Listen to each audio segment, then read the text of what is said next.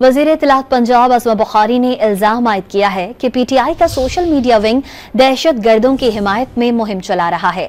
ये अनासिर गैर मुल्कियों के आलाकार हैं। प्रेस कॉन्फ्रेंस में असमा बुखारी ने वज़ीर आला खैबर पख्तूनख्वा पर भी तनकीद की। कहा कि अली अमीन गंडापुर को अपने अवाम की नहीं, अफगान बाशिंदों की बेदखली की फिक्र है। एक पूरी मुनज़्ज़म कैंपेन और वही कैंपेन जो इंडियन मीडिया कर रहा था, वही कैंपेन की गई। ये हसीन इत्तफाक था। और अगर अभी भी इसको कोई इत्तफाक समझता है तो मैं समझती हूँ कि उसको शायद फिर तज्जियाकार कहना या उसको जो है वो शायद इस तरीके फसाद का सही चेहरा अभी भी अगर नजर नहीं आ रहा, तो मुझे उसकी जो हुब्बुल वतनी है, मुझे उस पर जो है अफसोस है।